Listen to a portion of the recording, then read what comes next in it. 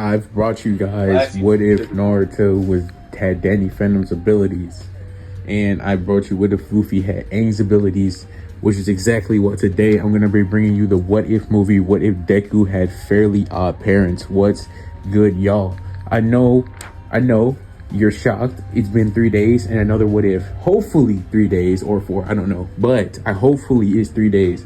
But yeah, today we're gonna be giving Izuku Midoriya the Fairly Odd Parents. So yeah, basically what I'm gonna be saying is he'll just get Cosmo and Wanda or whatever. And let's see how this works. Now, let's dive into the what if. Hope you guys enjoy. Let's get into this. The Fairly Odd Parents. What can I say? They can pretty much grant anything this dude Deku wants, and at the rough age of 4, Deku was told he was quirkless. And because Deku was told he was quirkless, the guy went into a depression. He got bullied at school by Katsuki Bakugo, and everyone made his life he did have somewhat of a point, though, the worst it's ever been. Jordan He Poole was got completely Cookie, and utterly miserable, and all he could do was watch videos of All Might and just look at them with all his hopes and dreams, basically being in those videos, wanting to be a hero so bad, but getting bullied at school by Katsuki Bakugo, his used to be best friend. This just I think he split 2 defenders. But broke one person in the paint, on one fateful day, went on one side with just one hand and made that shit. One day coming home from school, Deku would go to his room just like normal and start playing his All Might video. But this is when he realized something weird happened to his video. On his computer screen, he realized there were 2 dots that weren't there before, and he was really confused about this. But before the boy could question any further about why these dots were on the screen, out of the computer itself, these 2 dots would come out in a flash of light, and they would do their grand entrance and say, "Hey, we are your fairy godparents. My name's Cosmo, and my name's Wanda, and yeah, we're gonna be your fairy godparents." And Deku hearing this is just shocked because he's like, "What? Fairy godparents? What the heck is that? Is that like a quirk?" And this is when Cosmo and Wanda will begin to explain that they're fairies and that they grant wishes to miserable children who don't really have the best of lives. The thing is, Deku should be at like literally level 1 of 6 animes I'm depressed, sad, and I need help. This is why Cosmo and Wanda would be given to Deku. And Deku hearing all this stuff wouldn't really believe it at first, but that's when Cosmo and Wanda would tell Deku to wish for something. Did you see what they're doing for Demon Slayer, bro? He wished to have a piece of cake because it's the first. You see how they're milking that shit? And of course, that's when Cosmo and Wanda would wish Deku a piece of cake, and he would eat the cake, and he'd be like, "Whoa, that's so cool." Bro, because you see, like I told you, Demon Slayer isn't that long of a show. Like, low-key, it's not that long. Well, I mean, I guess if a manga, it's not really that long. Decide that. So when I see them doing all this stuff, I'm like, yeah, y'all, I gotta stop this. Get some lessons or some rules, or hear them out about something. And this is exactly what would happen. We see Deku be told basically the rules, and they basically be allowed to understand everything that's going on. And they would understand at a pretty quick pace that this kid was really smart. Yeah, for sure. But nonetheless, Deku would memorize bro, all the Demon rules Slayer, and it's quite literally the regulations. Demon Slayer is literally like how these things work and how they go. Bro, like if you ever Cosmo and Wanda would tell Deku that basically the rules are real, and that basically he can tell no one their existence, otherwise they will go away and be forever. You can literally speed blitz Demon Slayer in like a few seconds, bro. Quick rules that are very important, such as Tanjiro, no wishing to win a competition, no wishing to create or interfere with true love, and fairies cannot directly kill, maim, or injure living beings. I can't remember his name right now. Then he becomes a Demon Slayer. He goes to the forest thing. He wins there. He becomes an official Demon Slayer. He goes on like 3 missions. There's 3 missions, I mind you. 3 missions. Then he fights the lower one in the forest. Give him a quirk. After that, he fights Daki and Gyotaro. Then he fights lower like what 5 and 6. Pretty much be useless because that's not. And then after that, and basically, bro quite literally does the Hashira training. And then he enters the Infinity Castle, and then that's pretty much the end of the story. Injure people, like that's like 6 arcs. It's not even that long. Basically, it would have to be a quirk that does. That's literally 6 arcs. Like and Deku hearing this would say that it probably is just better for him to not have a quirk or whatever, because it just doesn't really gonna aid him. And if he's gonna have Cosmo and Wanda, everything would probably work out, he thinks. That shit is big. But this is when Deku would basically, we see a time skip of about 5 years of Deku having Cosmo and Wanda. thanks to having Cosmo and Wanda, Deku isn't nearly as bad off as he was in the main timeline, despite being quirkless and being bullied. And basically, he helps his mom a lot with stuff. And he would basically be a lot happier and better. And thanks to Cosmo and Wanda not being able to really directly give Deku a quirk or something like that, he would still use them as a resource to become a hero, such as giving him training and stuff. No, I'm talking about that fucking CP guy.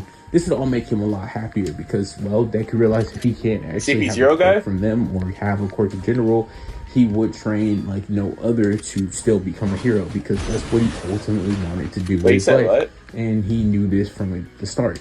So Deku, but like he got in the way and let Kaido.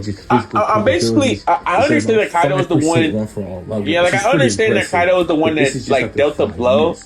Ultimately, what this would ultimately lead up to is a day Deku and Bakugo get into Odin, like I understand Kaido's the one who did the blow, but like let's be real, bro. Like I blame that guy for that even happening. So yeah, it's like, hey Deku, I see you got a nice plate of food there. Bro. You don't mind if you hand it over to me? I'm feeling extra hungry today after doing some training.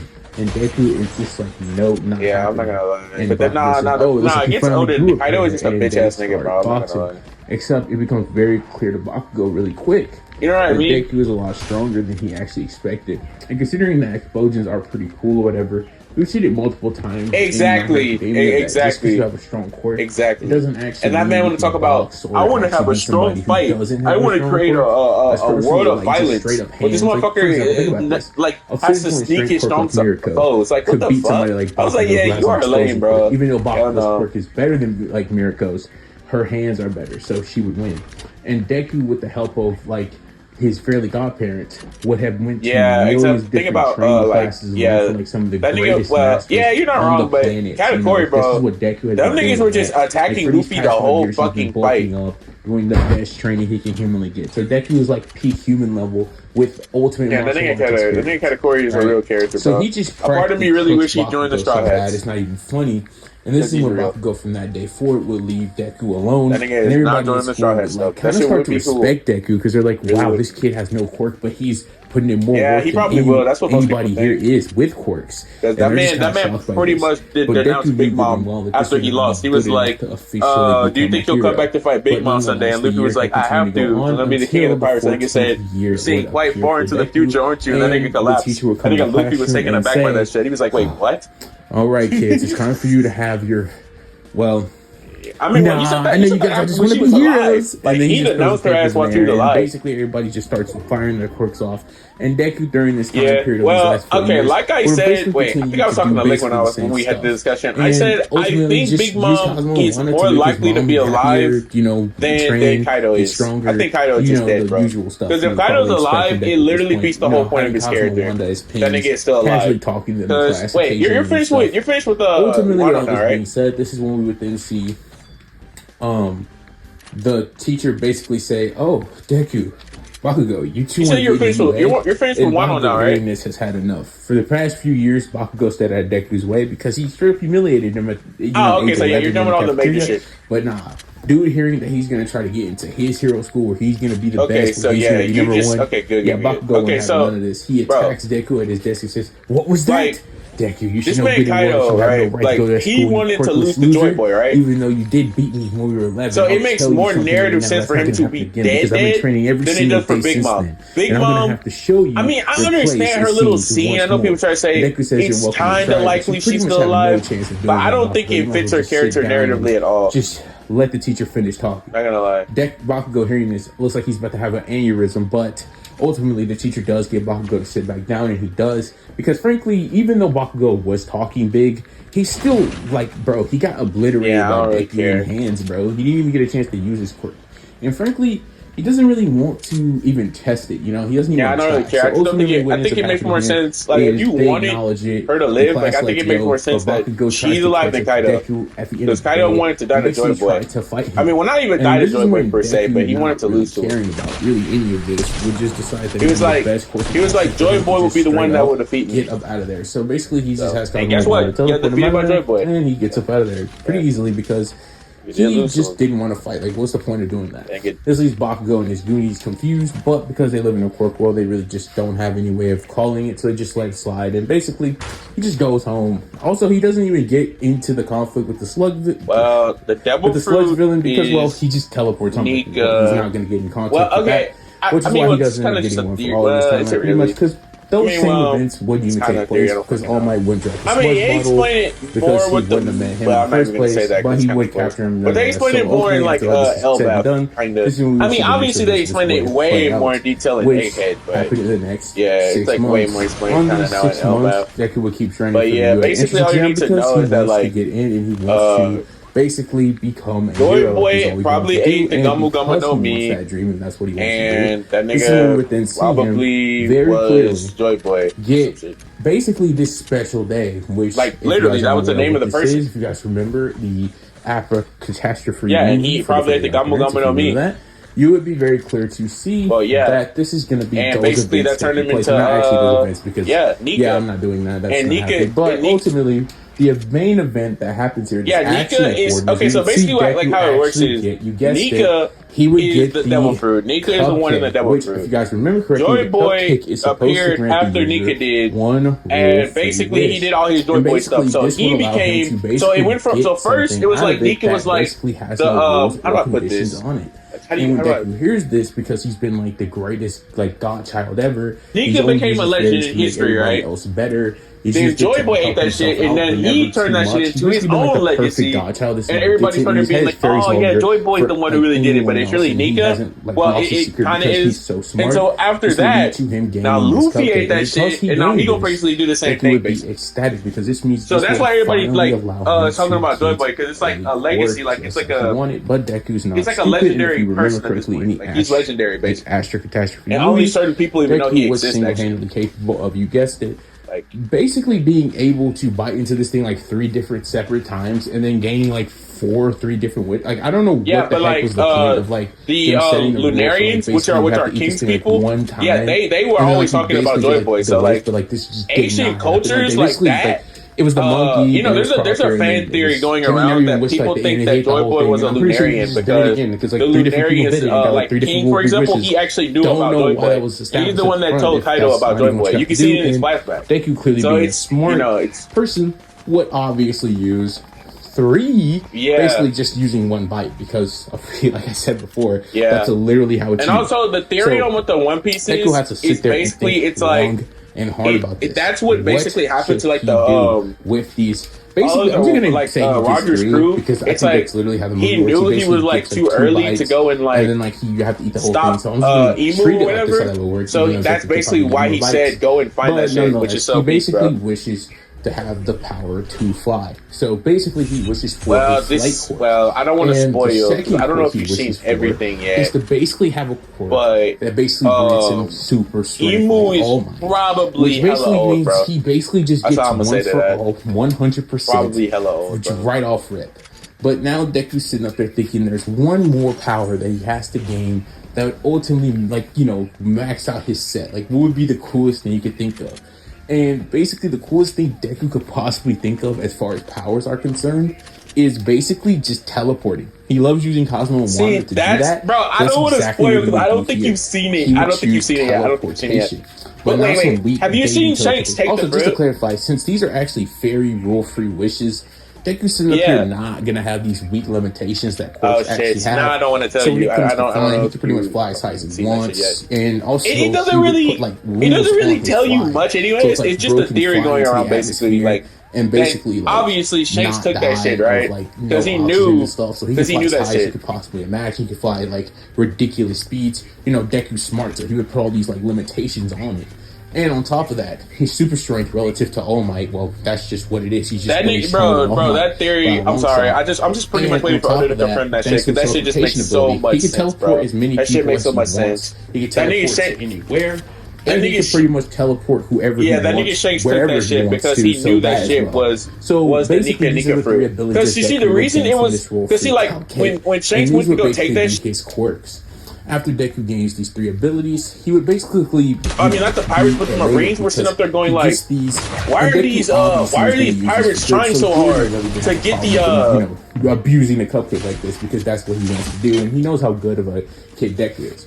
Basically, after Deku eats the cup, or basically has to get like 3 different wishes with the cupcake. Yeah, exactly. He then basically decides that the party's over, so the next day was yeah, exactly. They were like, why do they want this devil food so badly? So basically, what I gathered from that whole scene is the world government was trying to and also just train as much as possible. Everybody like pirates and stuff think that the fruit wasn't that special, so nobody would come out for it. That's why they were doing it so low key.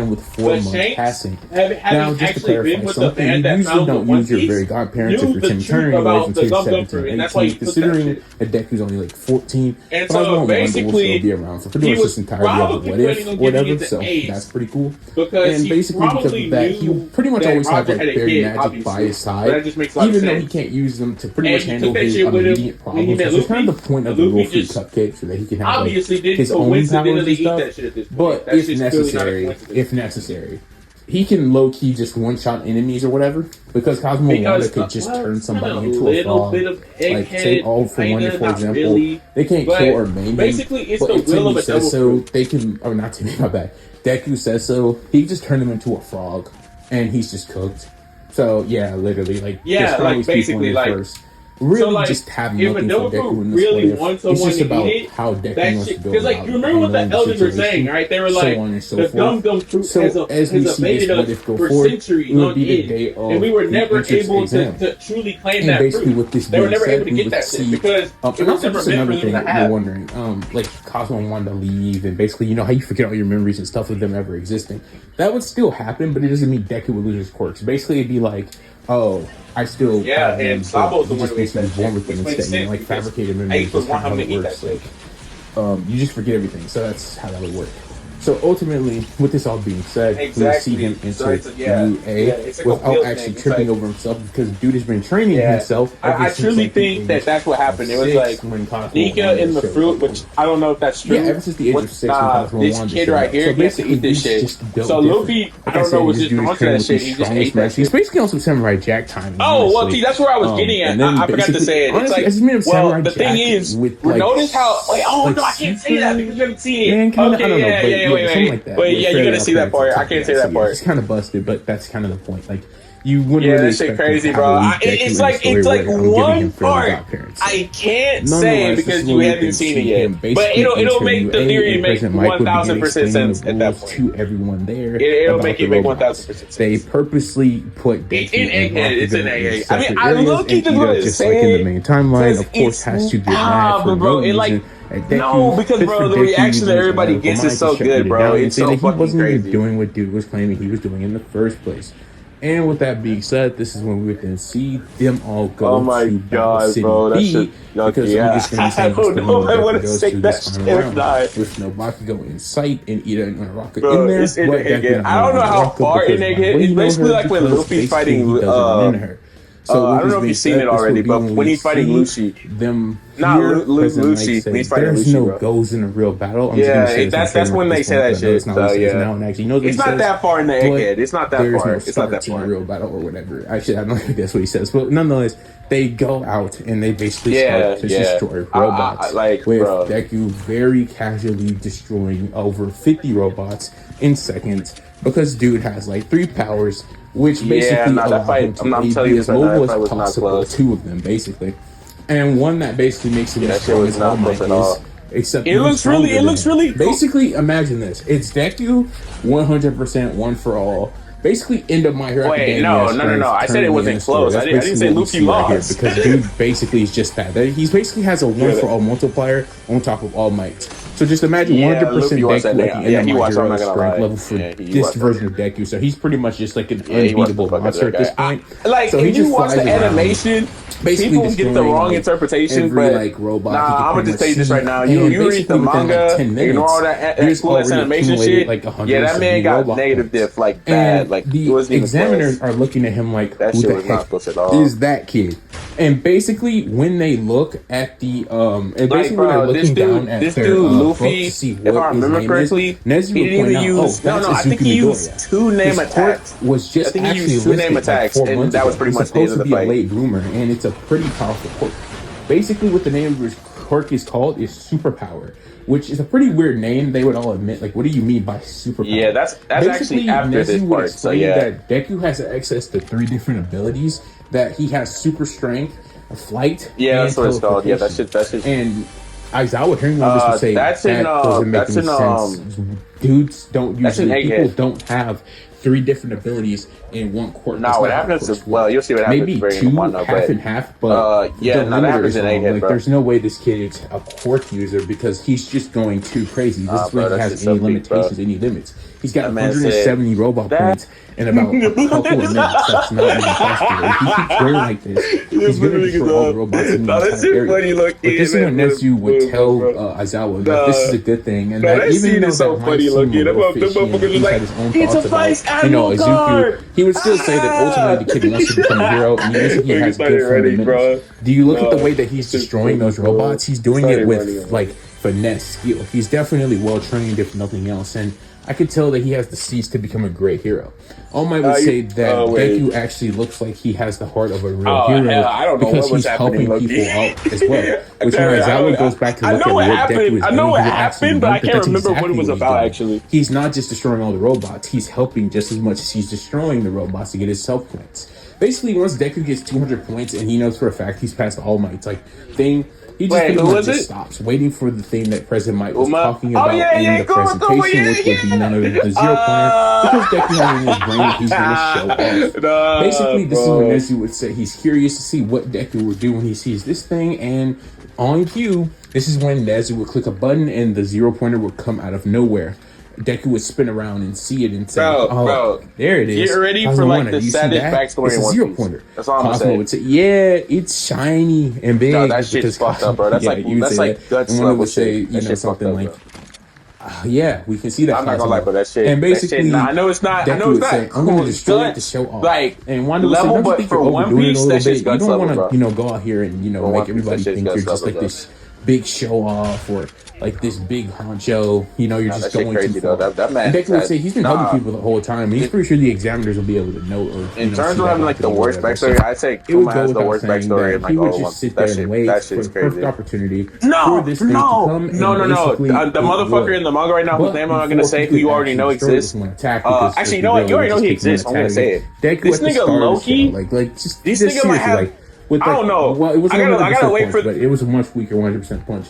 Was throwing up the center thing flying. I'm pretty sure. Yeah, I know. You've only seen his silhouette. You haven't actually seen him yet because you don't see his actual body until L. Probably across the low line, key, that man might have the worst backstory in One Piece. So, anyways, before you can do that though, that man is battling for the worst backstory in One Piece. Rubble. So I'm not gonna lie. And Deku makes a quick decision. He teleports down there to her. And before you say it, I know Deku could have just teleported out of the rubble. Whatever, it just looks like better because it's like, well, he wants the examiner. No. So you haven't even teleports down there. Not yet. He basically moves the rubble. If anything, he'll be a lot more than that. Unaraka to recovery real quick. Comes back to the 0 pointer and basically pulls his fist back. And everybody in the examiner room is just looking at him like, what is he doing? What is he trying? And they realize it. They clock it. This guy is about to punch the 0 pointer, and they think he's crazy because there's no way he's gonna knock down that huge obstacle. He just one-shots it so bad that it gets it flying on the other side of Mike's Battle City B, and just like that, President Mike with a stunned voice says, "That's the end of the exam." And ultimately, with the end of the exam coming, see when Deku would already know he passed. And he goes to basically see how Unaraka is doing, seeing if her leg's okay, just teleporting back over to the Recovery Girl. And Recovery Girl and Unaraka tell him that they're fine and that she actually wanted to get his name and wanted to thank him for saving her. And this is when Deku would say that his name is, Izuku Midoriya. And basically, with that being said, that would be the end of this. And he would just teleport back home because, He could do that. Bro, Except he can Berg teleport has with his the own powers. dumbest Yeah, he's fucking just like double Cosmo cross wanted to I've do ever it because seen. he's gotten kind of used to that happening. Kind of used to happen all the time, so he's kind of used to it. Bro, that motherfucker has one of the worst devil fruits in One Piece. That nigga Blackbeard hold his ass, bro. This nigga ate the, wait, can I tell you now? Because he basically just thinks I think they said what he has. well, I don't fucking know. I don't even give a fuck at this point. Who cares about that nigga, bro? He ate the strong food, bro. Powers, and I have Clock and Wanda. I don't need to train for like nigga, all that does is make him really strong. Like, bro, there's a clip I saw, bro. There's a clip I saw on like YouTube where this nigga Burgess is like, haha, look how strong I am. It picked up like a mountain. This nigga Zoro did that shit in like 3 times skip. Like the exact same shit. I was like, yeah, he sucked, bro. And Deku smirked because he already knew this because he did his research. Basically, Deku was, basically All Might would tell him not only did he get the most villain points, he also got even more points for getting heroes and saving Onaraka and just helping everybody. Yeah, that shit. Yeah, bro. So he got they got Katarina Devon on top of his 200. Actually, the real reason why I think currently they would lose, I don't think I can say yet because I don't think you've seen it yet. It doesn't matter. But I kind of am takes place. This is when we within see. Oh wait, have you seen Aokiji at all? This moment where Inko is crying and losing her mind, thinking, Deku, I remember back when you were just a quirkless kid, and look at you now, gotten the UA, the top school, you're just incredible and stuff. And Deku would indeed reflect on this, thinking how everything changed. In such I don't know if I should tell you more about that. Basically a bum with no quirk, and how he's basically now on his cusp to becoming like a great hero, and it's all thanks to Cosmo and Wanda entering his life and basically changing it for the ultimate better. This is when he would take some what do you time think happened? after his mom is done crying and they eat this meal, and Deku is all alone. Oh, a little bit more than that happened, but I'm gonna say you said what? Basically have a group hug, and as that scene plays out, we go to the next scene a week later, where Deku would show up in front of UA, that's one of the main reasons why the straw has to be class. As dude pretty much spent the last week getting prepared. Yeah, the niggas are not ready for this moment. Then you throw Pizarro on it, which I don't know if you know what his fruit power does, but it lets him basically become a fucking island. Him? Really? That kid? Yeah, the island itself, and he basically has control over everything that happens on the island. Yeah, I don't really know. This one girl who he thinks is kind of cute, and I don't really know what the Straw Hats have for that shit, bro. And she would take him there and ask him before she goes. Yeah, except like it's kind of like a million times better because Pika can go within objects. That man quite literally becomes the whole island at one time, like the whole thing. Who would thank her God and basically go into class. Where basically everybody was pretty much there already. This is when Onaraka already have sitting down would basically say, hey, it's you. Yeah, and you'll see very quickly how Garp stopped that shit. This is when he would see him. Bakugo, Katsuki. Yeah, and Bakugo said, yeah, go on. Deku since he got his quirks. I'm not going to tell you what he did, but Deku, how did you score more points than me on the entry exam? Yeah, Garp is those 0 points. No, forget that. How'd you get all those villain points? Basically, immediately lunging out of his desk and trying to basically kill Deku on sight because he can't. In his head, in his mind, Garp is like the strongest. That someone he thought was trash his whole life. Yeah, like was just ever. Like he's the strongest figure in the entire Navy, bro. And to Bakugo, he just thinks that Deku was. Yeah, there's nobody stronger than Garp. The only reason Garp never became fleet admiral or like an admiral is because admirals are like the. As Garp sees them, the admirals are like the dogs of the Celestial Dragons, and that nigga does not fuck with Celestial Dragons. That's the only reason why he didn't do that shit. Deku just teleports from where Bakugo was even sprinting. Exactly, bro. That's what I'm saying. He hates them. In that instance, this is when Aizawa would puck up from like behind the desk and say, "It took you guys 30 seconds to sit to quiet down." Yeah, exactly, bro. He doesn't mess with them, bro. Sit down. He doesn't mess with them at all. Bakugo would go to do that, and this would basically just be the funniest scene ever because Bakugo was just like, "Wait, he was just in front of me, but then now he's back there." And although this I saw what if about that. It was pretty good. What ended up happening is that man quite literally ended up defecting me from that shit though. In class that day when he tried to pull him, that he should have known that teleportation was obviously one of his powers or his quirk or whatever. That's what he would be thinking because he did it then. Even though that was actually Cosmo Wanda. I ain't gonna lie, bro. That's already a theory that people are saying Kuzan is gonna do. And see it. Bakugo sitting back down, looking like he wants to murder. But some people don't think Kuzan's gonna do it. Some people think Aikino's gonna do it. After this takes place, this is when we would then see, as I would say, we're gonna be taking a quirk apprehension test. get to those. It's out here. Get ready to come outside and basically just take it and make sure that's his first name. Some people think Aikadu's gonna do it. This is when everybody in the class sprints out to go do what Aizawa said, and this is when that motherfucker does not care. Loki, he doesn't care for the which obviously would be because dude has just been training with the greatest martial arts masters for like half his life. So obviously, dude would be. Well, admirals have to. They're obligated to do that. And basically, after all this is said and done, this is when we would then see Bakugo try. Yeah, they probably don't give a fuck. But yeah, it's their job. The only reason Kizu cares about the shit is because Quendry hates his job. That's the only reason. To everybody's shock, saying, "Wow, his teleportation quirk is pretty powerful." Can't really believe that he can just teleport anywhere he wants, even when he hasn't seen it or anything. He just like has any rules or stipulations. Bakugo is just furious at this and just runs out. Oh, you ran into the new front deck right then and there. Like, dude just wants to fight. He doesn't care anything. Oh, I probably should have told you. He wants to fight right now. He wants to prove he's better. He wants to prove that no matter what Deku's been hiding, no matter what Deku can do, he's better because he's just fed up at this point. Yeah, but dude spent 10 months training. He spent 10 months doing all this just to get to UA, just to think he's going to be the best on the entry exam, just to be completely and utterly wrong, just for him to get cooked by Deku you're gonna see what happens to him in like 2 episodes or 1 episode. He gets 170 points just for Deku to get 200, which is more than him, but then get 57 plus points from hero points. It's like, you already saw it? Oh, there we go. So ultimately, with this being said, this is when they see the whole class make it out to the field. And as I would say, this is going to be like, basically you're going to do everything you did in middle school. And basically would ask Deku what's his, or Izuku, what's his best throw in middle school. And Izuku would say about, 100 meters or something. And that's what without your quirk. But then again, you were quirkless for quite some time. It turns out you just got your quirk 4 months ago. And they seem to be pretty powerful, right, Midoriya? And Bakugo, hearing this, would say, wait, what? No, because he had the teleportation thing 10 months ago because he did it in class. And Bakugo would just think Deku must have just listed them now because he actually had a grasp over the power or it, because he thinks it's one thing, but he can do multiple things, or he basically just thinks he only has teleportation, so that's what he would just be thinking in his head. But no, Deku has 3 powers, which he's listed as under 1 power, which he just I hate the whole Shanks versus Mihawk debate because people don't understand that Shanks is the swordsman, so anything he does, Mihawk can also do or do it better. He would basically launch the ball. I think Shanks might have better conquerors hockey than Mihawk. Because I don't think that's really debatable. But I think he makes up for it with observation or something. So, by the way, Prime All Might is 1 for all. By the way, so yeah, basically Deku 100 times that. So basically, 9th users max power throws it. Yeah, that shit is cold though. I'm not gonna lie, that shit is cold because it's just he goes out of orbit, and Aizawa is just shocked by this. She's like, yeah, that shit cold, bro. I told you. Let's not try that again. But it would happen again because when the Rock would make the ball weightless, and it gets infinity because it can't be trapped. And he would say, "Okay, I guess we did it again." Anyway, with all this being said, this is when we would then see Bakugo go for the ball throw. Yeah, I told you, bro. I'm gonna show him. I'm gonna prove to this Deku that nigga really used Wi-Fi hockey to take that man out. He was like, "Is it really you, Shanks?" Actually, is stronger than me. He was like, "Yeah, I'm gonna get away." Like I used to give him maybe season 3 Bakugo level. I would say he is now.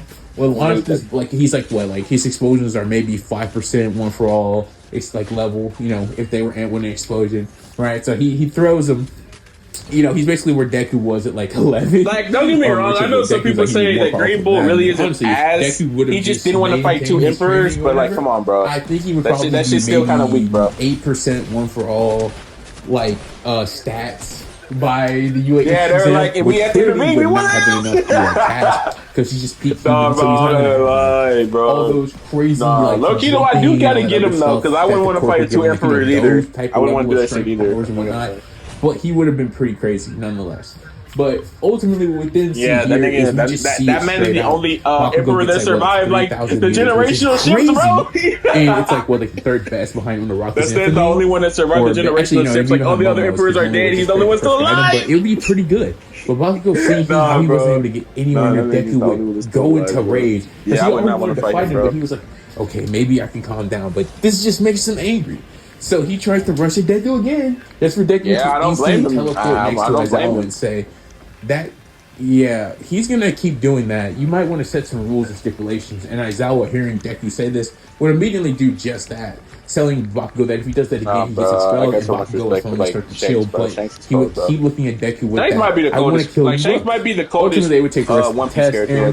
Well, Deku is super strong, and basically because he has super strength and he's well trained, he basically just like easily defeats pretty much every test. He basically has super speed because he has super strength, and not like super speed, right? Like he doesn't necessarily have super speed. But remember, I was saying Deku put like rules on his stuff or whatever. So his flight is faster than if he actually started running, right? Like if he starts running, he's not going to be that fast. But if he flies, yeah, he's going to be way faster. So he basically just starts flying immediately after he basically gets like for real, past the like when he has to start. Yeah. He flies to the finish line, not actually runs, but flies, and that makes him go faster than Ida. And he would keep using his powers in these very special ways to basically just destroy every like test. And basically anything that he could do, like Shanks is Cosmo I know, he's like the best freaking character in One Piece. Advice on how to use his powers, even though Deku's super smart. Without them, that man's he would like still get some the advice character in One Piece. Which he can I keep finding more and more reasons to say that shit as the story keeps going on. So he can actually use. Bro, we keep finding more and more shit out. But he can get advice from more and more shit. So ultimately, Deku would be number 1, Momo would be number 2. I'm gonna be saying Todoroki would be 3, and Bakugo would be 4. Wait, you saw the older flashback, right? Because he's starting to realize that his worldview is just completely wrong. Like, are you saying there are 2 Buggy people in his class that did better on this test than him, and then there's Deku who just completely 180 and basically did an Uno reverse, if we're being honest. But after all this is said and done, Bakugo would tell Deku like, that he wants to fight. Man, I can't say that because I know for a fact I haven't seen that shit so yet. So meet me as training I think it's funny. right now, and let's fight. Funny, bro. Deku would say, "Look, Kachan, there's no real reason for us to," but he doesn't want to hear it. He says, "I have to prove that I'm better than you." And Deku would just say, "Don't you remember what happened when we were 11? This isn't gonna end they're gonna explain that shit. Which would just make Bakugo even madder." And he says, "No, it won't happen again. No, it won't. I swear." So Deku says, "All right, fine. Since this looks like something you're not gonna be able to understand until it happens to you, bro, he has the strongest swordsman. And since this is some people think right the strongest character in the verse currently, Aizawa would say, no, you're gonna go to orientation." And Deku would say, "All right, fine." But eventually, Teach, it looks like this is gonna be forced to happen. Wait, you didn't see the poster? Would then tell Deku that, wait a minute. Oh, you haven't seen that yet? Oh, I thought you were going to let them go ahead to orientation, and you're gonna stay back because I have something to say to you anyways.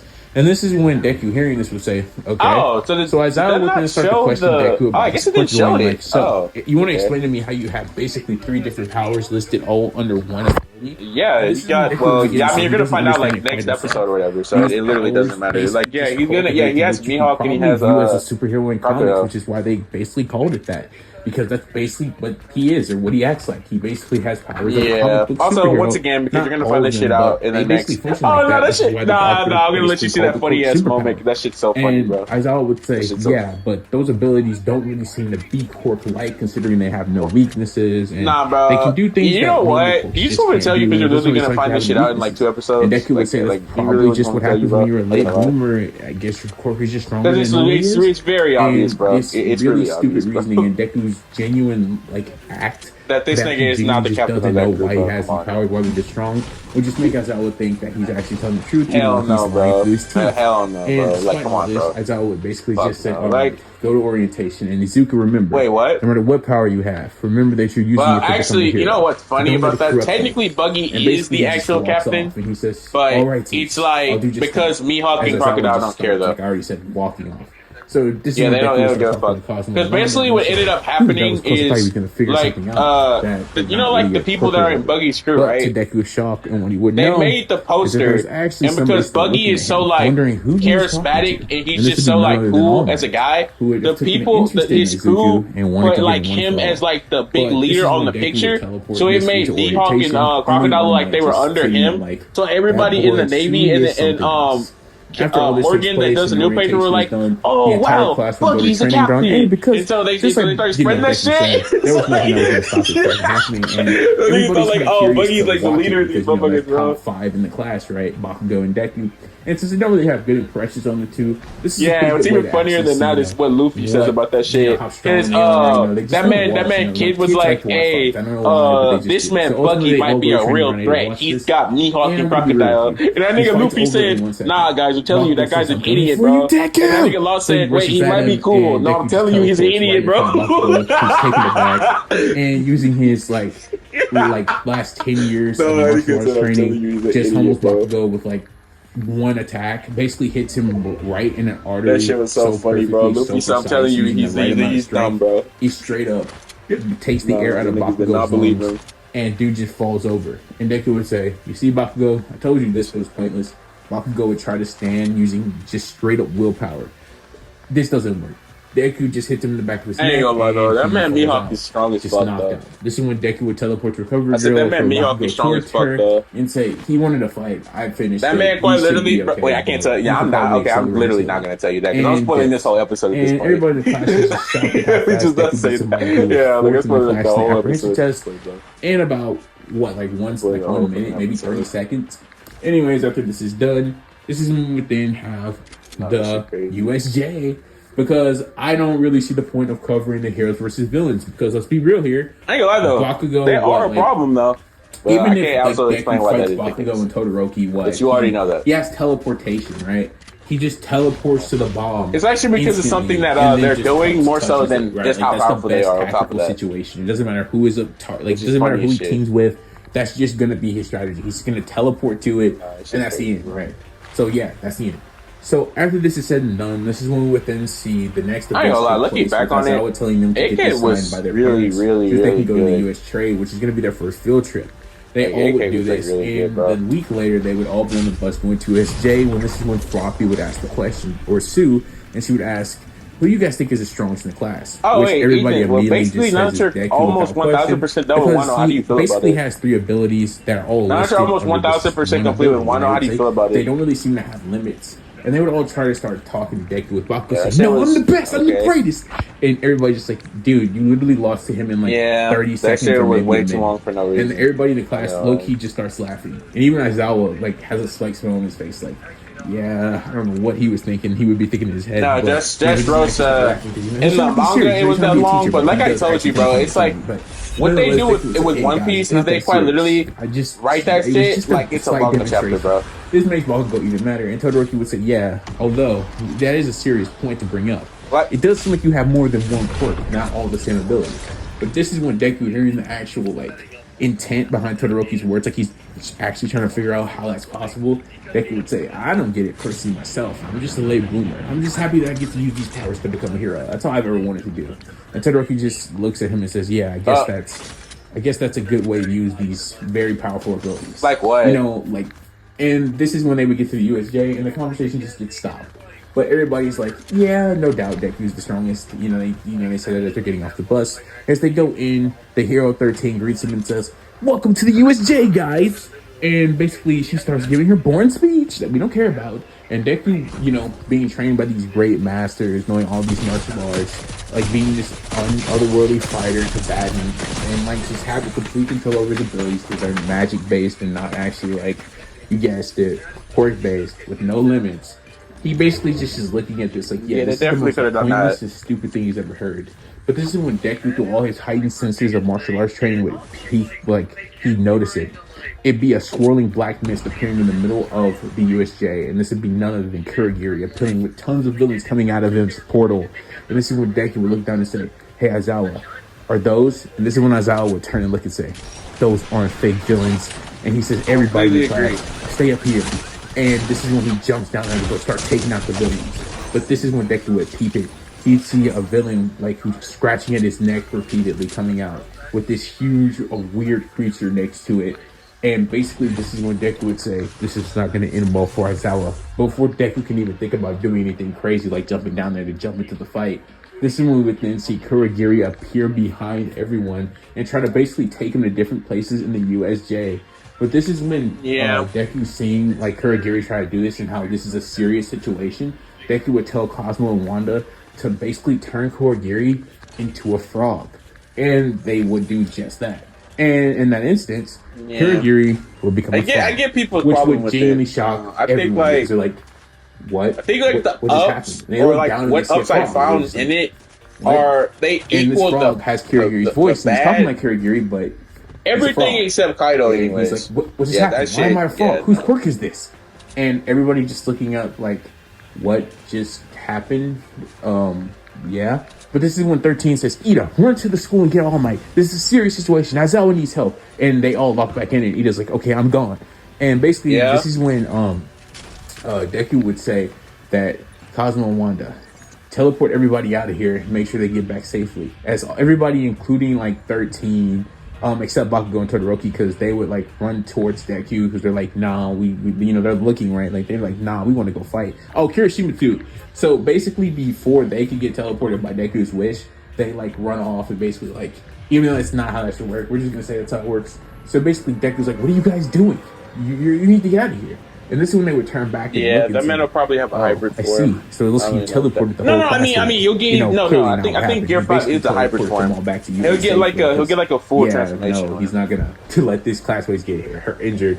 So Ida basically ran away. Just literally be because whatever they're already there and they're already killing All Might because they're just at like UA now. So it's the same thing like the Nika we see in the pictures. Yeah, that shit would be cool as fuck. And that's why you're staying behind.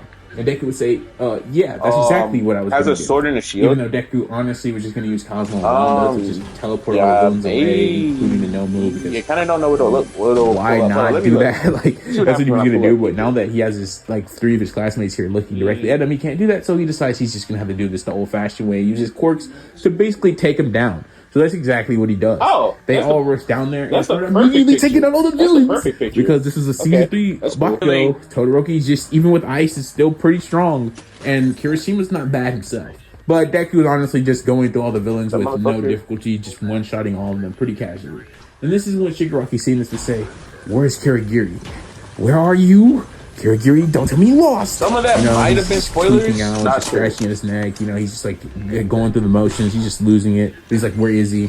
And then the Nomu is just out there like, just sitting there looking like he's lost. He needs support.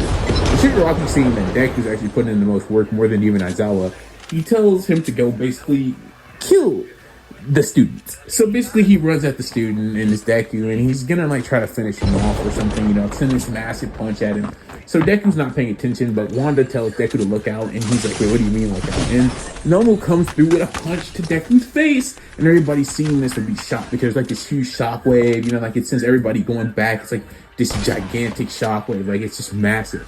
And you think Deku just took some damage. Yeah, no, this dude is, again, All Might times 2. 9th user Deku, end of series. Even stronger than that, probably. And he just looks at this fist, hit him in the face, and say, okay, it tickled, right? And the Nomu was shocked, Shigaraki shocked, and Deku would just I'm not about to spoil that. Sends the Nomu flying out of the USJ, because that's what All Might did.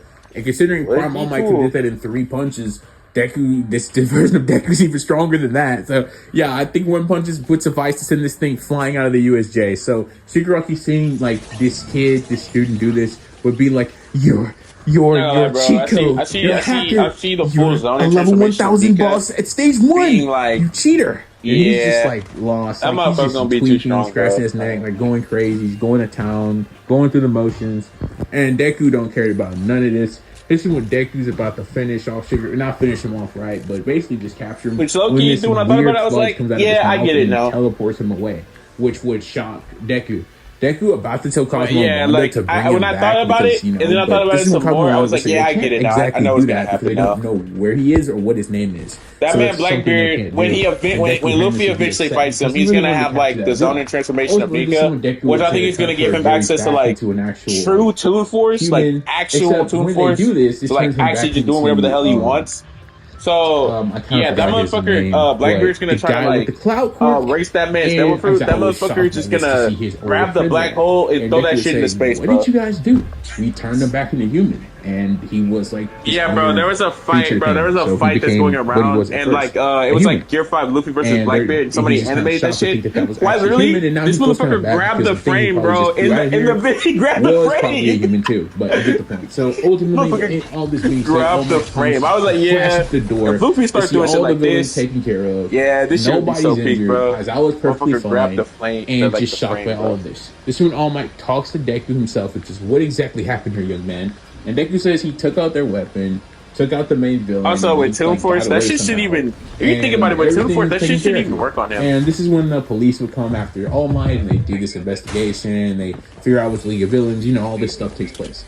Aizawa clearly reprimands all 4 of his students for jumping down there and getting into a fight. But he himself has to admit that the help was much appreciated and that could have been really wrong. Especially when they find out that the thing that was there to take out, like, from... once again, I can't think of his name, but, you know, Aizawa's old friend, right, would tell them this. And Aizawa was just kind of, you know, also a little bit lighter on the students as well because he got his best friend back from when he was in UA. So, you know, sorry. Yeah, when I watched that shit, when I mean, not watched that, when I read that shit. This being said, this would happen ultimately because of this. Cool. This is when we would then see them get a week off of school because of this event, and ultimately this would lead to Aizawa in class the next time telling them that about... Tricomo, that's what his name is. I think that's what his name is. It's something like that.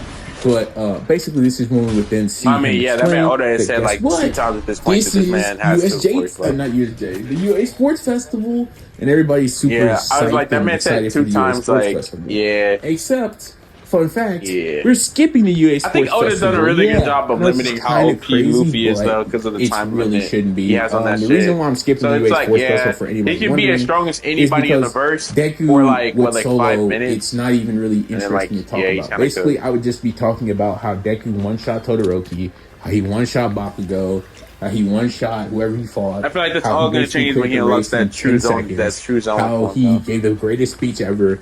And then basically how he negative dipped the cavalry battle by basically teleporting his team around every time somebody came close to him. Like, Deku is so smart, he picked the 3 best abilities to basically but also another thing, there's going to definitely be another level of Haki, so bro. There's definitely going to be another level of Haki, smart bro. Deku kind of, like, makes the story boring. I'm sorry. So ultimately, we skip the UA Sports Festival with Deku being crowned the champion and basically getting the most offers everybody's out of anyone ever in UA Sports Festival history because he dominated the competition with no difficulty, right? So after this happens, he gets told by All Might that it might be the best place for him to go would be to go to Gran Torino, and Deku hearing this would immediately accept because obviously he's still a big All Might fan in this timeline and that hasn't changed, so he would take the offer. Gran Torino would basically try to teach Deku something, but would realize this kid actually is even greater than he thought. And that basically all those one-shots that he was doing wasn't just because of pure power, but actually the precision and skill. Now, Gran Torino, being, you know, a master in his own right, was still able to attack Deku, and he definitely refined his instincts and, you know, that. It's still important to keep in mind that he would have still, like, you know, kind of just been in a, you know, a loss for words. But because Deku was better than he thought he was, Deku would get refinement, but not just refinement. He would also get something else on top of that. He would get to go out and do some patrols as well. And eventually, hey, Ethan, how do you feel about Luffy losing lifespan? Do you think there's actually something that's happening to him? And when they do, this is when Gran Torino, knowing how actually good losing his life is, would tell him that since you're so powerful and strong, you should help every time he activates like gear 2nd or gear 5th. Do you think he's actually losing lifespan? Gran Torino take out some of the no moves. But this is when he would then get a beep on his phone in a location. I know why some people think that because he turns like that old ass man, but say, I need to go. There's something bad happening. That's it because he burned on that stand bar. Teleport out of there to Ida's location or his coordinates according to his phone. But this is when he would get there and see the worst sight he's ever seen. It really does. Ida had his arm, like, you know, impaled with a sword from Stain, and the hero native was on the ground, defeated. And looked like he was almost dead. And this is when seeing this, Stain would look up and say, where did you come? And before he could even say anything, this is when Deku would speed blitz Stain so fast and hit him right in his solar plexus, knocking him into a wall, knocked out. And this would basically be the end of the Stain encounter. Yeah, sorry, but Deku is looking a little too strong for all these opponents. So after this happens, this is when we didn't see Deku teleport Ida to Recovery Girl because he. Bro, there's one scene I waited to get animated. And he basically teleports Stain to the cops. And he tells Gran Torino what happened. Animated, bro. And he gets a statement. So he gets captured, and he almost gets stopped mainly by Deku, but the pro hero as well. And after all this takes place, this is when we see All For One finally getting like noticed. I know that shit is gonna break the internet, bro. Like All Might, but on a different level. And he's like, superpower with an interesting quirk. I must have it. This kid seems to be on the level of All Might, and he can fly and teleport pretty much anywhere. I must have this quirk. It's too powerful. You know what I mean, Ethan, when I said break the internet, bro?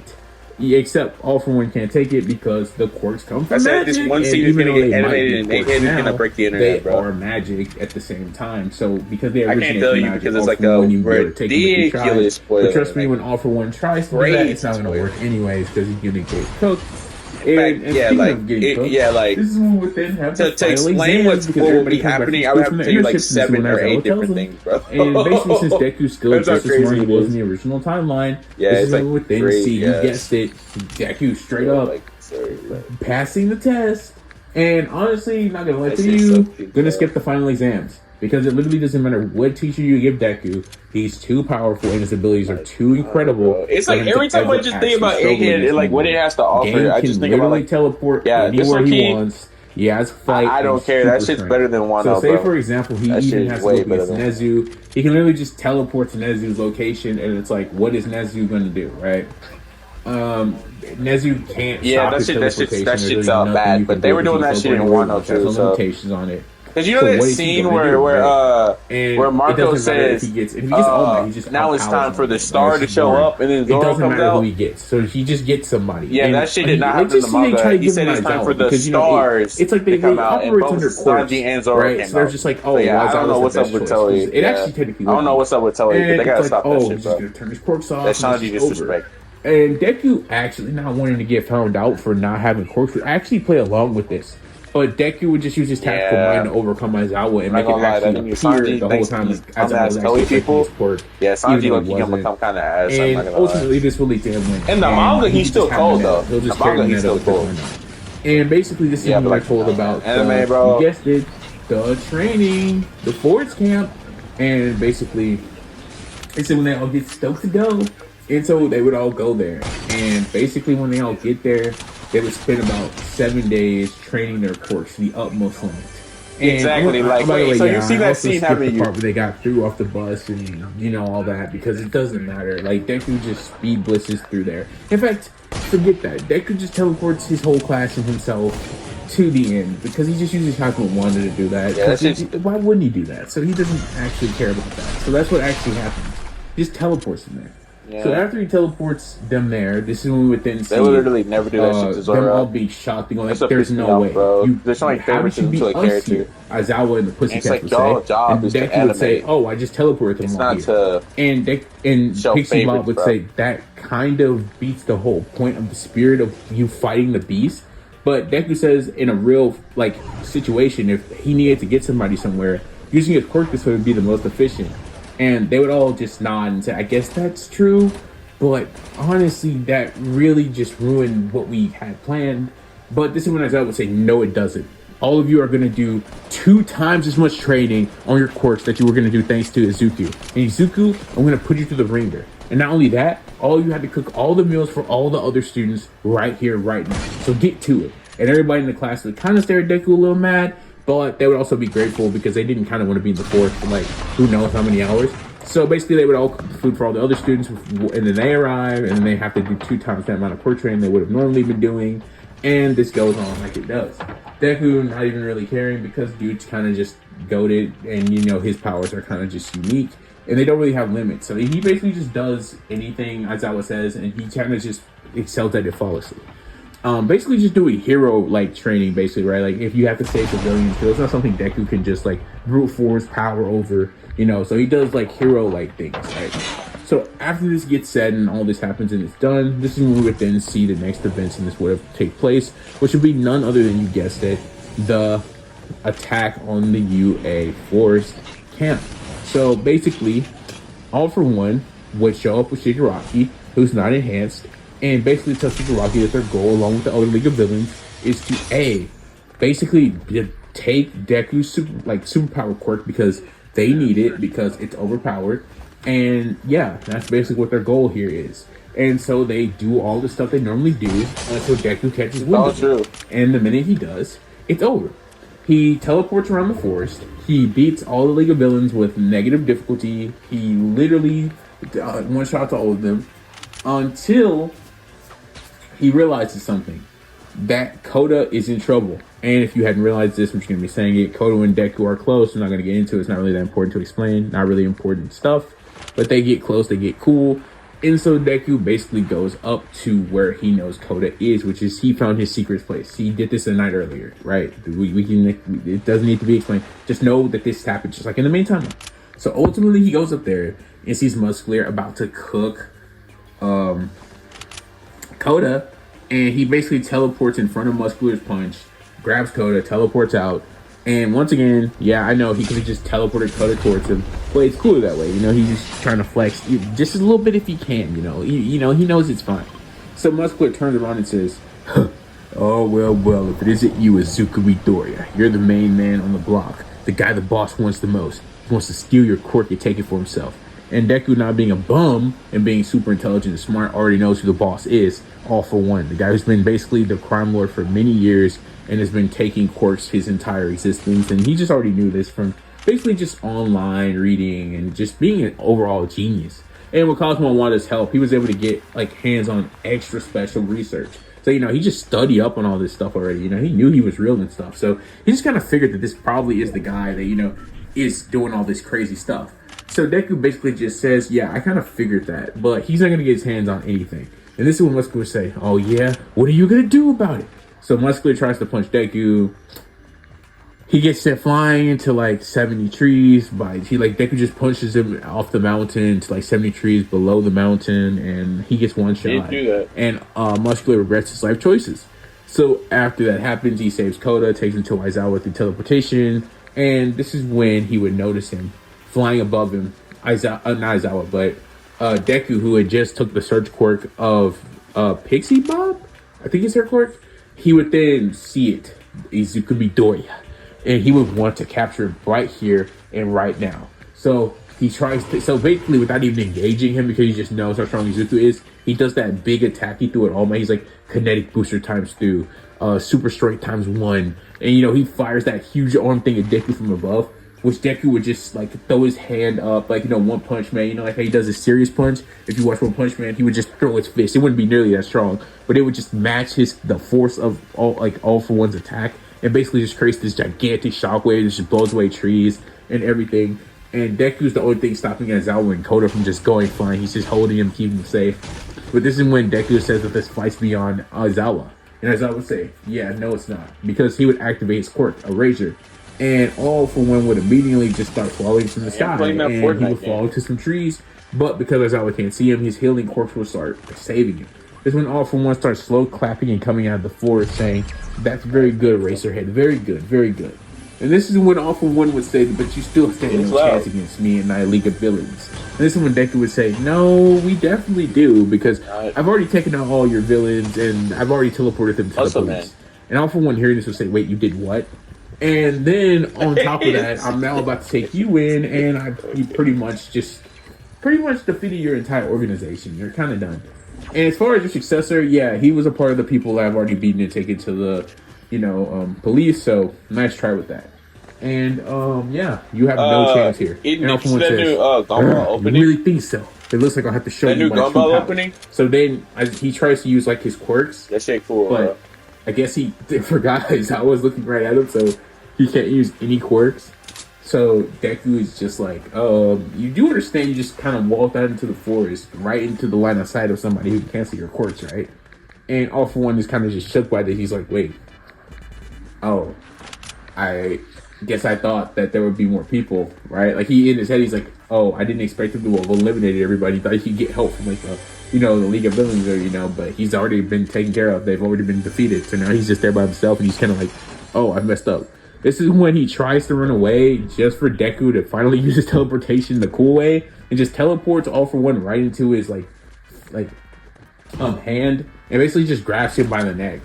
And he says, yeah, you're gonna go away for a long time, buddy.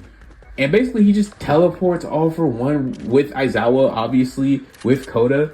And basically he teleports them to Tartarus, throws All for One in a cell, and basically has Aizawa look at him until the prison can actually do high maiden security on him and just make sure he can't leave. So after that takes place, All for One gets basically put in a cell, he's defeated, and that ends the UA camp training, the training camp. This ends the training camp. So after this is all said and done, everybody thanks Deku. You know, they're all like, "Oh, Deku, you're so cool. You might as well just be a pro hero right now. You're so awesome." And basically, after hearing this, I was like, "Yeah, I'm not gonna lie, Nezu, maybe Deku should just be a pro hero right now. He's too strong. He got the fundamentals down, and he's good at rescuing stuff." And Nezu, hearing this, would think, "Yeah, that's probably for the best. We probably should do that." And so ultimately, he talks to the commission, and the commission's like, "Oh, he's done all this stuff. He's defeated the League of Villains, beat All for One without killing him, saved all his students like twice, won the UA Sports Festival, defeated Stain. Yeah, this guy has a pretty good track record. We probably should do that." So this is when, instead of everybody else taking the provisional license exam to get their provisional license, instead Deku takes his pro hero license exam, which he passes, and I'm not going to get into it because who cares? He solos it, and really, it's no problem here. He solos it. And after soloing it, he gets his pro hero license and officially doesn't have to be a UA student anymore. But because Deku loves his classmates and he still wants to make sure he has everything down, and because UA was honestly his dream and he really wasn't trying to, be too cool that he would just skip it all entirely, he decides that he's going to stay at UA anyways. And because he decides to stay at UA, but is a pro hero, this is when Night Eye would get in contact with him to tell him that he's going to have a raid on the Shiha Saikai to save this little girl named Eri, who he suspects has been getting, tortured and used for her quirk. And Deku, hearing this, would have none of this. Basically, this is when Deku would ask Night Eye for all the stuff, like the coordinates, all that cool stuff. And Night Eye would say, "No, I'm not going to give you that because you're not just going to go in there and solo everything. That's illegal," he would tell him. But this is when Deku would say, "Actually, it's not illegal for me because I'm not actually a student. And I got my pro hero license last week." And Night Eye saying this would say, "Wait, what? But I thought you were..." "No, I'm not a student anymore. When everybody was taking their provisional license exam, I was actually taking my professional license exam." So basically, Night Eye actually says, "Okay, well, actually, it's not illegal, but that's still stupid and really dangerous, and that you shouldn't." This is when Deku would say, "Trust me, everything's gonna be just fine." And this is when Night Eye begrudgingly, despite this, would say, "You need to gain evidence at least." And Deku would say, "Trust me, I'm pretty good at doing all this stuff." Night Eye would say, "All right, whatever, just don't die." And basically, we tell Deku everything he needs to know about it. So Deku, hearing this, would easily just say, "Cosmo and Wanda, give me all the evidence you can on the Chiha Saikai." And they just basically poof all the evidence needed for it. Deku waits about 2 days to make it like he actually did some Renicons or something. And he just gives them to Night Eye and says, "This is all the evidence you need?" And Night Eye looks at all this stuff and he's like, how could you have possibly gotten all this in just 2 days? This is completely, utterly, organization, destroying evidence. How could you have possibly gotten your hands on this? And Deku says, "I told you I was pretty good." And Night Eye would think, "Yeah, you actually might be the next similar piece, the greatest hero ever, maybe, because he's just on some other stuff, right? On some different timing." But this is when Deku would teleport away, and Night Eye would say, "Wait, what? What's he? No, he's gonna..." And yeah, that's exactly what he would do. He would teleport right into the Chiha Saikai and basically just take down every guard from the inside, break through all 3 floors into the basement where Eri was being held, and there he would find them, overhaul, try to work on Eri. But this is when Deku would say, "Yeah, no more of that." And since nobody actually here was a witness to him or anything like that, he just says, "Cosmo Wanda, turn him into a puppy." So Overhaul gets turned into a puppy, and basically Deku saves Eri, and basically he grabs the puppy, Overhaul, takes him to Tartarus through teleportation, throws him in a cell, and turns him back to normal and says, "Hey, guess what? You're going to be stuck here for the rest of your life," and basically pay for all the stuff you've done. And on top of that, he just dips. And Overhaul's like, "Wait, what? How could..."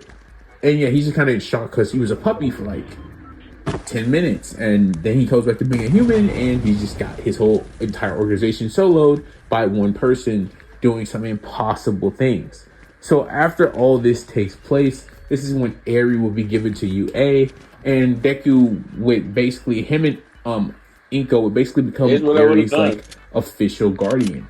So after all this is said and done, this is when we would then see Deku continue to take his classes at UA very seriously and still graduate from UA despite already being a pro hero and not even having to do that. But after he officially literally does the Hashira training. This is a movie with and then he enters the Infinity Castle, and then that's pretty much the end of the story. Rankings, you know, like that's like 6 arcs. It's not even that long. Basically, number one hero in the rankings because you know he actually has pro hero arcs. license. But this is when everybody would be like, "It's official. He's truly capable of being the number one hero," even though he was literally a pro hero the whole time. And basically, with this being said, Deku goes on to be the symbol of peace. And when he turns the hot age of 17 years or 18 years old, this is when Deku would officially have to bid farewell to Cosmo and Wanda, who he's had with him for the majority of his life. He would basically thank them, they would all hug, and they would all basically give a farewell. And once this happens, Deku would lose all his memories of them ever existing. But he basically remember everything he ever did. Pretty much, he just had some fabricated memories there to back everything up.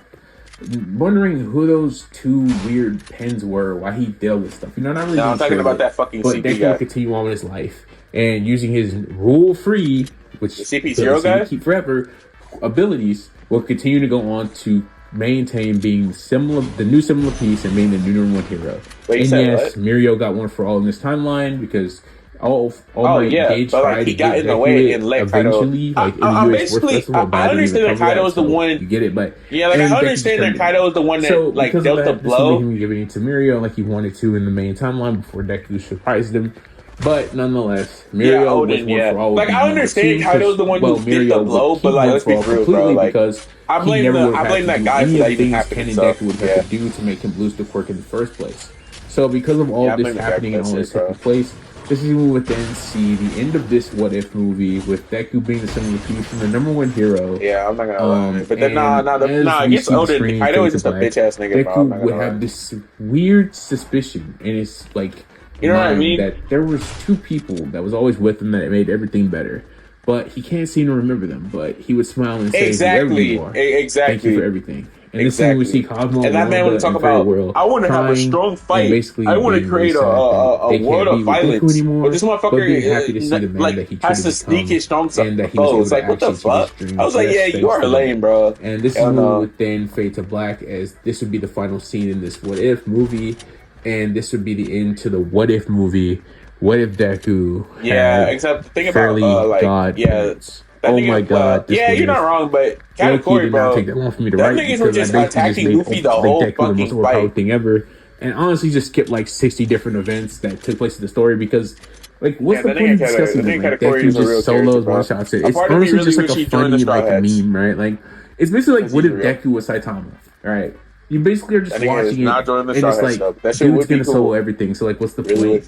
Which, when I was initially writing this, I was like, he probably will. I know I have to make him overpowered because I'm giving him fairly god powers. That man pretty much denounced Big Mom after he lost. He was like, "Do you think he'll come back to fight Big Mom someday?" And Luffy was like, "I have to. Because I'm the king of the pirates." Deku really can't use Cosmo Wanda to do anything like in any way. So I need to figure out a different way for that. He was like, "Wait, what?" Aid him and stuff. I guess I could have nerfed him and basically made it where he could. I mean, he said that. He said that after there was also another thought I had where I could have like gave Cosmo Wanda like his quirk or something, and like he could just pretend like that was his quirk. I said, wait, I think I was talking about Lick when we had the discussion. I said I think Big Mom is more likely to be alive than Kaido is. I think Kaido is just dead, bro. Because if Kaido's alive, it literally beats the whole point of his character. I hope you guys liked it. Still alive. If you guys you're finished with more What If ideas in the comment section. Thanks for watching, and I'm out. God bless. Thanks for tuning in, and I hope you enjoyed. I'm out. You said you're finished with Wano now, right?